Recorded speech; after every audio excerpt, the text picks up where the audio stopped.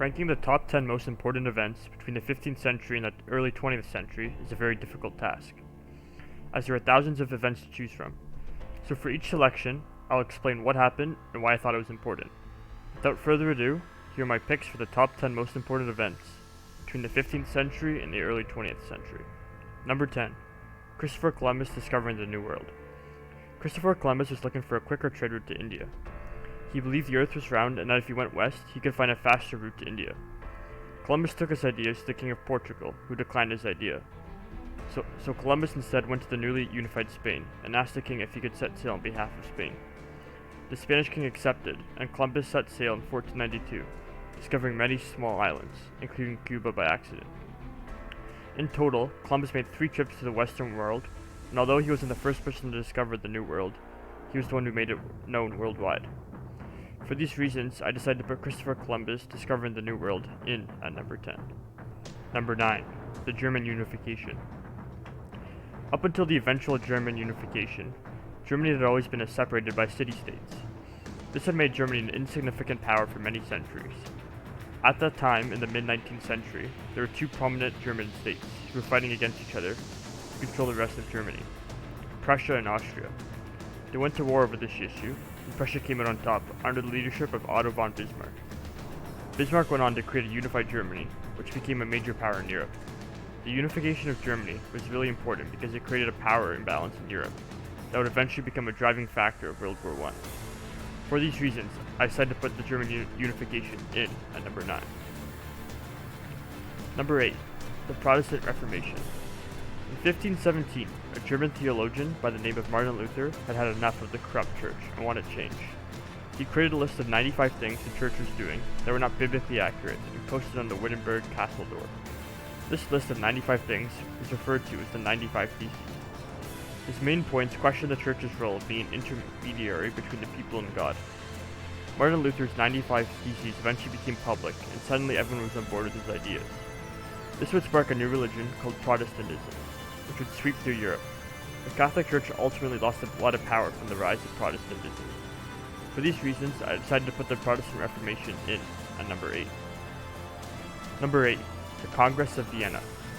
After the fall of Napoleon in 1815, it was decided that representatives from every major power would meet in Vienna to discuss the future of Europe. Their goal was to undo everything that Napoleon had done and restore Europe into conservative order, while still maintaining peace. Their main idea was to restore the monarchs that Napoleon had overthrown, including France and Spain, and by redrawing the borders of Europe. Some key map changes included a German confederation consisting of 39 city-states, the enlargement of the Netherlands, the creation of Poland, and taking a lot of land from the French. The Congress of Vienna was the first time that major powers attempted to create unity. Although it would later prove unsuccessful, it laid the foundations for what would later become the League of Nations, and eventually the United Nations. For these reasons, I decided to put the Congress of Vienna in at number 7. Number 6. The fall of Constantinople. After the fall of the Western Roman Empire in 395, the Eastern Roman Empire lived on. Today, we would consider the Eastern Roman Empire as the Byzantine Empire. They considered themselves to be Roman. At first, the Byzantine Empire flourished and was a major power in the area. However, over time they declined in power until they only had control over their capital city, Constantinople. The dwindling empire was finally invaded by the Ottomans in 1453 and taken over. This was a significant point in history because it marked the end of the last defense for Christian Europe against the Islamic Ottomans. After the fall of the city, the Ottomans were able to expand into Europe without any interference. For these reasons, I decided to put the fall of Constantinople in at number 6. Number 5. The Russian Revolution. Going into the 20th century, living conditions were harsh for the people of Russia. The situation only escalated after World War I broke out. The economy completely collapsed, leaving most without money and food. Many called for Tsar Nicholas II to pull Russia out of the war, but he refused, and this led to mass rioting in the streets demanding bread. Tsar Nicholas II brought in the military to stop these riots, but even they were hungry and turned on him. After losing the support of the military, Nicholas was forced to abdicate, leaving Russia without a leader. Alexander Kerensky rose to power, thanks to his links with the Duma. However, his rule wouldn't last long, as later that year the communist Bolsheviks overthrew Alexander Kerensky and his Duma assembly, under the leadership of Vladimir Lenin. Vladimir Lenin. Lenin went to turn Russia into a communist state, which held an immense amount of power going into the rest of the 20th century. Communism had become an important concept during World War II, and especially during the Cold War. For these reasons, I decided to put the Russian Revolution in at number 5. Number 4. The Black Death. Although this event occurred 50 years before my stated timeline, I still decided to include it on my list as it had a tremendous effect on the 15th century and beyond. The Black Death, or what is known today as the bubonic plague, took place in the mid-14th century. It started in Mongolia and spread through Europe and Asia. The Black Death only had a 40% survival rate, and it was spread through infected fleas to humans or from humans to humans. It is estimated that Europe's population dropped by over half, and the world's by about 30%. This happened in just 10 short years. The event completely changed the course of history due to the tragic loss that occurred. It also severely affected trade because no one was willing to put themselves at risk to trade with other people. For these reasons, I decided to put the Black Death in at number 4. Number 3. The French Revolution. In the late 18th century, living conditions for those living in the Third Estate were harsh. People were being taxed more than they were earning, and people were going hungry. In addition to this, King Louis XVI was only increasing France's spendings, and this made the Third Estate furious. In 1789, the Third Estate made a series of violent protests that eventually led to King Louis's loss of power. After attempting to flee to Austria, King Louis XVI was executed for treason, marking the end of the French monarchy. Although the revolution got more violent after this point, it was still very significant because it showed the world how much power the people have. It also completely changed France's political landscape, which set the stage for Napoleon Bonaparte to take control of France. For these reasons, I decided to put the French Revolution in at number 3.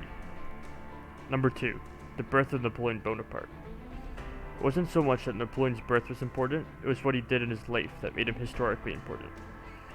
Napoleon grew up on the Italian island of Corsica, which had been captured by the French the year before his birth.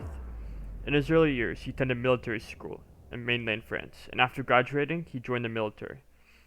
Through Napoleon's skill in the military, he rose the ranks until he got to the very top. Due to his tactical skills in the military, he became famous among French people, and this enabled him to stage a coup to take full control of France and eventually become the emperor. In his time, he made very positive reforms, including education reforms, law reforms, and military reforms. Napoleon spread many of these liberal ideas across Europe to the places he conquered. A fun fact about the Napoleonic Code that Napoleon created is that it is still in use today in places like France and Quebec. For these reasons, I decided to put the birth of Napoleon in at number 2. And finally, coming in at number 1, was World War I. Since the German unification, tension had been building up in Europe for quite some time. In 1914, the heir to the Austrian throne, Franz Ferdinand, was assassinated by a Serbian terrorist group. Subsequently, Austria declared war against Serbia. This caused Europe to end up in an upheaval, and countries began declaring war against each other. During this war, there were two sides, the Central Powers and the Allies. The Central Powers consisted of Germany, Austria-Hungary, Bulgaria, and the Ottomans, and the Allies consisted of everyone else. After 4 years of fighting, in 1918, the Allies beat the Central Powers, putting an end to one of the bloodiest wars in history. This war took the lives of over 20 million people. World War I was supposed to be the war to end all wars, but the outcome of this war ultimately led to the beginning of World War II, just 20 short years later. World War I was considered the first modern war, as it saw the incorporation of mechanical weapons. For these reasons, I decided to put World War I in at number 1. Thank you for sticking around until the end of the video. Please like, comment, subscribe, and share this video with all of your friends. And just remember, those who don't know history are destined to repeat it.